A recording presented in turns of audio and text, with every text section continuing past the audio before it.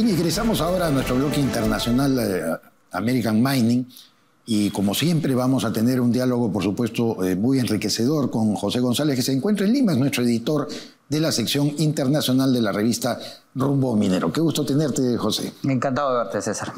Bueno, José, mira, el BHP, que es la minera de cobre más grande del mundo, acaba de publicar un reporte muy interesante, que lo hemos estado comentando contigo antes, que lo ha titulado ¿Cómo el cobre dará forma a nuestro futuro? El enunciado ya de por sí resulta interesante, ¿no? Pero están señalando que el metal, el cobre, es en el siglo XXI un bloque esencial para mejorar los estándares de vida del planeta y permitir una transición a una economía net cero. ¿Cómo es que sostiene esta edición del reporte que nos hace BHP? Es así, César. Luego del reporte El futuro del cobre de S&P Global de julio del 22, sonó la campanada de lo que significaba el cobre hacia adelante, en que se advertía que la amenaza de las limitaciones de la oferta del cobre podían generar un cortocircuito en la transición energética. BHP acaba de publicar este reporte en que dice que la minería del cobre... esta es la compañía más grande, como señalabas, de cobre del planeta. El reporte se llama, como lo has mencionado, cómo el cobre va a prefigurar, formar nuestro futuro, y sostiene que el cobre ha formado parte de la historia de la civilización humana por milenios. En el siglo XXI, señala, el cobre estuvo intrínsecamente ligado al incremento en la demanda de electricidad, siendo crucial para los sistemas de energía y la tecnología moderna. Y lo que acabas de decir, que en el siglo XXI será un bloque esencial para mejorar los estándares de vida en el planeta y permitir una transición a una economía net cero, aquella de la descarbonización. Según el reporte, la demanda de cobre va a ser resiliente. El cobre es un metal noble que va a ser difícil de reemplazar por ningún otro material. Y dice que la demanda se va a incrementar en 2% al año hasta el 2050 para crecer en 70% y llegar a 50 millones de toneladas anuales. Según BHP, la demanda de cobre irá virando de la demanda tradicional, que actualmente representa el 92%, al 71% en el 2050, a la transición energética, que actualmente representa 7% y va a representar el 23%. A esto se suma la digitalización, los data centers indispensables para la inteligencia artificial, que se incrementarán del 1 al 6%. El reto en función de la oferta, señala BHP, se va a dar tanto para los greenfields como los brownfields por la existencia de minas en proceso de agotamiento, factores vinculados al incremento de los costos en la medida que las minas envejecen y se hacen más grandes, son más caras, y las dinámicas relacionadas a los diversos stakeholders vinculados a la producción minera. Señala el reporte que la oferta más importante en términos absolutos va a ser de América Latina en general y del Perú en particular. La mitad de este incremento en la demanda va a ser proporcionada por América Latina y la mitad de esa mitad del Perú. Qué información tan interesante, importante, que me imagino, José, también formará parte de las discusiones, los debates y conversaciones que tendremos ya en próximas semanas, el día 26 de noviembre en nuestro Perú Mining Business, donde, como suele hacer el Grupo de Gama y especialmente el programa Rumbo Minero, une a los proveedores con los principales líderes de la minería.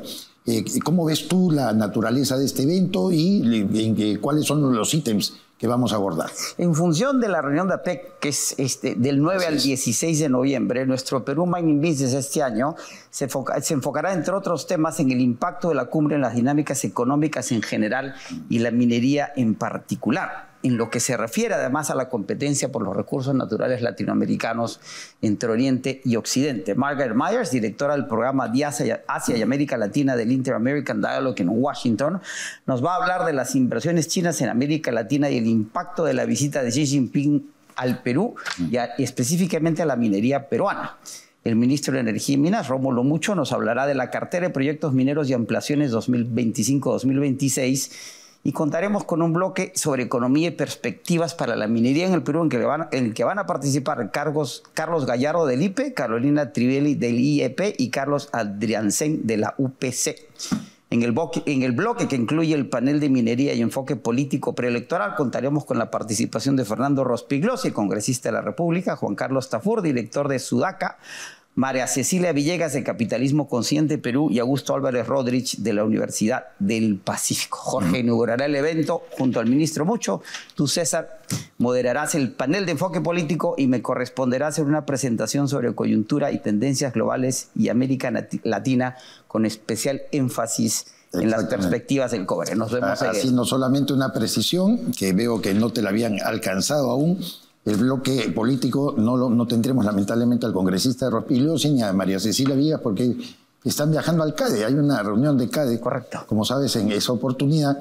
Y sí tendremos a Juan Carlos Tafur, tendremos a Augusto Álvarez Rodríguez y a Diana Seminario, 3 destacados e experimentados periodistas que van a hacer su análisis acerca de la perspectiva política de nuestro país. Muchísimas gracias, José, por estar con nosotros. Encantado. José González, editor de la página internacional de nuestra revista Rumbo Minero, a la cual usted puede acceder de manera totalmente gratuita. ¿Cómo? Bajando, descargando la misma revista, www.rumbominero.com.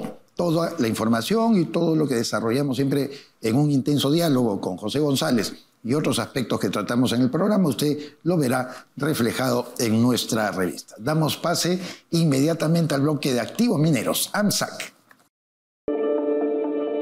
La situación ambiental en Loroya era sumamente compleja. El Perú tuvo que asumir su responsabilidad tutelar de velar por la salud de la población y el ecosistema. Anteriormente las calles, las pistas eran barro, eran tierra, entonces ahí estaba la contaminación.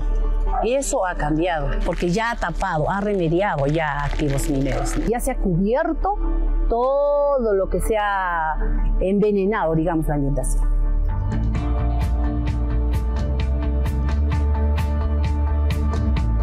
Hoy en día ya Alto Marcabay ha desarrollado bastante, uno en el comercio, uno en el transporte, se ha creado fuentes de trabajo, ya es otra calidad de vida prácticamente. Este lugar, como dice, ha desarrollado bastante, ¿no? Gracias a eso ya tenemos un desarrollo más de nuestra asociación de acá de Alto Marcabay, ¿no? Inclusive los animales anteriormente sufrían de la renguera que se habla. La renguera eran unos animalitos que no podían caminar por los pastos, por la contaminación, todo. Hoy en día desapareció esa enfermedad.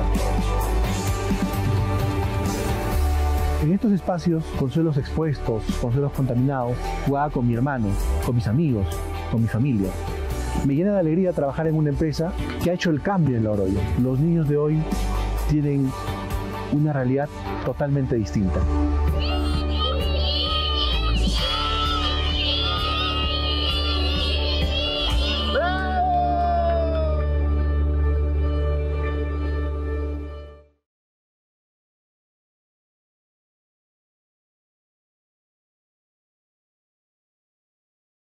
Tal como lo habíamos adelantado, ya se encuentra con nosotros Iván Arenas, un destacado consultor en temas de minería, hidrocarburos y gestión pública que suele participar en nuestro programa. Iván, ¿cómo estás? Bienvenido. Gracias, como siempre. Gracias. Estamos con la preocupación permanente, latente, de que el Congreso de la República proceda a esta extensión del registro integral de formalización minera llamado REINFO, y que la verdad espanta por donde se le mire, porque ya hay un quinto proyecto de ley en la que incluso se declara que ya no existiría un plazo para que el REINFO pueda cerrarse. Danos su opinión primaria, ¿sabes? Muchísimas aproximaciones sobre eso, César Miguel. La primera es que evidentemente el Congreso, a mi entender, y debido a los juegos políticos, yo creo que el Congreso va a extender el REINFO, ¿no? Eso es evidente porque hay una mayoría de congresistas que así, de alguna otra manera, lo ha hecho y así también lo hará. Lo segundo es que el REINFO, que es parte de este proceso de formalización de la minería artesanal y pequeña escala, tanto la mediana minería también, en algunas ocasiones, este REINFO es parte del sistema de formalización y un sistema de formalización absolutamente fracasado. O sea, estamos hablando frente a un fracaso del sistema, ¿no?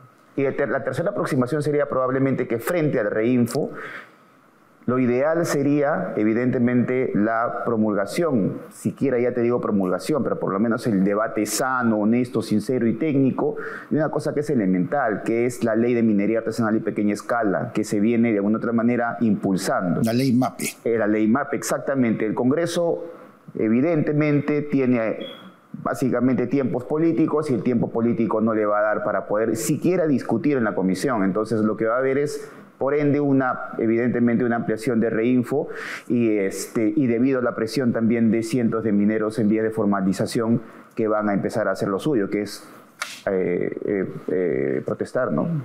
Correcto. Iván, Máximo Franco, que es el presidente de la Confederación Nacional de Pequeña Minería y Minería Artesanal, indicó que están coordinando con la Comisión de Energía y Minas del Congreso algunos puntos ahí, porque decían que iba a salir un dictamen desfavorable a ellos y que ellos han logrado frenar ese dictamen, que están haciendo las coordinaciones con el congresista Segundo Quiroz.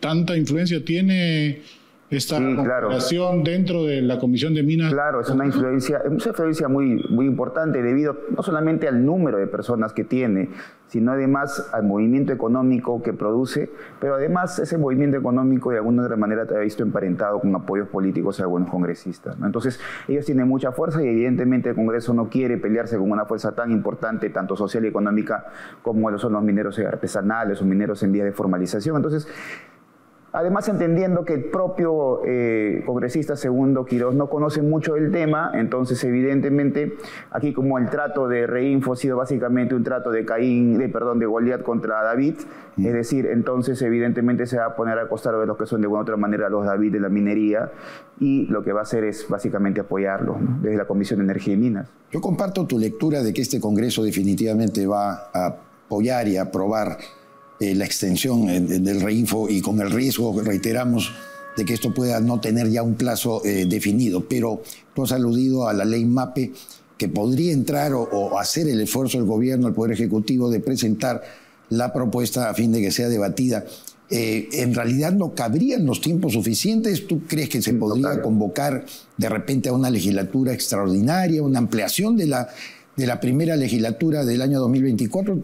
Son fórmulas que se pueden usar. Sí, pero yo creo que es altamente difícil, no solamente porque existe un proyecto, existen, si no me equivoco, 4 proyectos, incluido, y ahí no se incluye el proyecto de algunos gremios empresariales sobre mineros que también van a presentar. Entonces, habrían cerca de 4 o 5 proyectos, y lo primero es quedarse con un proyecto, es decir, eso ya toma básicamente un tiempo determinado. Entonces, yo creo que no existe el tiempo político, a pesar de que puedan extender, digamos, la legislatura, pero yo no creo, la verdad, no tienen mucha voluntad los congresistas como para poderse poner ahorita en este preciso momento a enfrentarse a un problema que es económico y social y además político. Entonces, tendrían que ponerse de acuerdo primero con la ley, después debatirla artículo, capítulo por capítulo. Es una cosa bastante tediosa que no da para la discusión de la próxima legislatura, ¿no?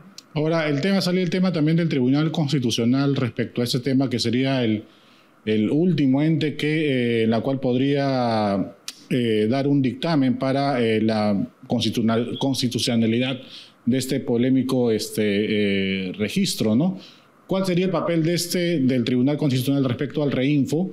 Y si se lograra concluir, ¿no?, ¿qué vendría después, ¿no? Porque estamos mencionando que estamos poniendo en telejuicio lo que podría ser el tema MAPE en un futuro, o sea, quedaría todo en el aire. Mira, pero aquí hay un tema fundamental, es decir, ¿qué haces tú si, por ejemplo, el Tribunal Constitucional declara fundado la petición contra el Reinfo y elimina el Reinfo? Es decir, de alguna otra manera, ordena constitucionalmente la defunción, por así decirlo, de Reinfo ahora en diciembre. El Reinfo es un registro extraordinario. Hay un registro ordinario que es más tedioso, más burocrático, más pesado. Entonces, con tal de hacerlo más ágil, con tal de hacerlo, entre paréntesis, más rápido, se hizo el registro en el 2012, el Reinfo.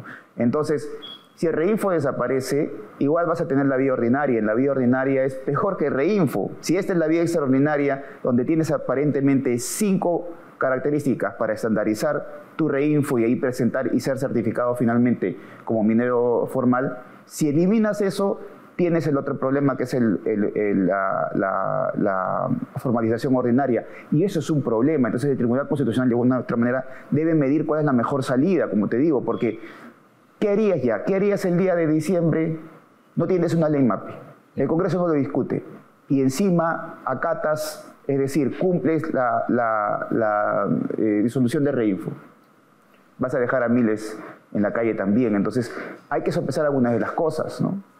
Bueno, Iván, finalmente en una versión gráfica de lo que se podría llamar a Dios rogando y con el mazo dando, en primera votación el Parlamento Nacional ha propuesto la creación de una autoridad multisectorial para combatir la minería ilegal y sus delitos conexos y promover el desarrollo socioeconómico de las regiones afectadas, el famoso ANCOMIN.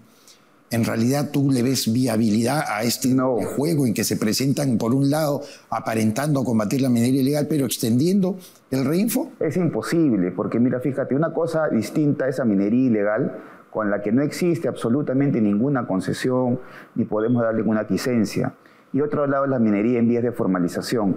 Puntualizar eso es importante, porque si tú quieres crear una autoridad pensando ya que todos los mineros en vías de formalización son criminales, entonces lo que estás haciendo es criminalizando al minero informal, y yo creo que eso no es Es cierto, la laxitud de Reinfo permite que los ilegales utilicen el Reinfo, no lo podemos negar, pero si tú confundes, como la autoridad piensa hacerlo, es decir, creyendo que la minería ilegal es sinónimo a minería informal, yo creo que sí hay un problema. Inclusive en las empresas grandes, inclusive presidentes de grandes gremios, han entendido que ese es un proceso que deben llevarlo juntos. Entonces, hay que primero discernir y hay que poner, digamos, los términos y los conceptos en su propio lugar, ¿no? Finalmente, Iván, ¿tú has podido revisar un poco el tema ese del proyecto de ley MAPE? O sea, muy al margen de que pueda faltar tiempo o que pueda ser, pues, discutido en el Congreso y no pueda ser aprobado, pero ¿tú crees que es una buena ley que pueda sustituir al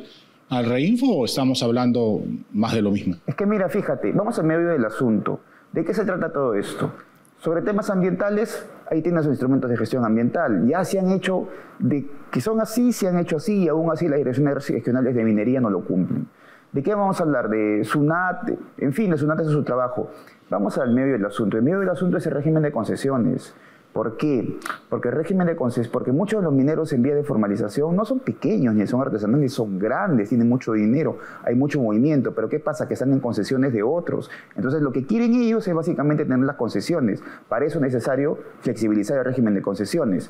Y el régimen de concesiones son de 30 años en el Perú, es decir, quieren ponerlo 15. Yo te pregunto, ¿eso sería beneficioso para el Perú? Desde el punto de vista no, porque hay proyectos mineros grandes, por ejemplo, que Yabeco se empezó en el 93 y mira cuándo fue construido. Tú fulminas o reduces el régimen de concesiones de 30 a 15 años, lo que estás haciendo es bajándote una de las piedras angulares que es el derecho de propiedad. Yo creo que allí es la principal discusión, porque como te digo, bien, hay mineros informales y mineros informales y mineros en vía de informalización. Hay algunos que son muy pequeños, hay algunos que son medianos, pero hay algunos que son gigantes. Y los que están de alguna otra manera moviendo todo esto, es decir, el régimen de concesiones, son los que tienen bastante dinero, ¿no? Iván, como siempre, muchísimas gracias por ilustrarnos bastante sobre estos aspectos que sin duda nos producen una profunda preocupación de todo lo que puede pasar.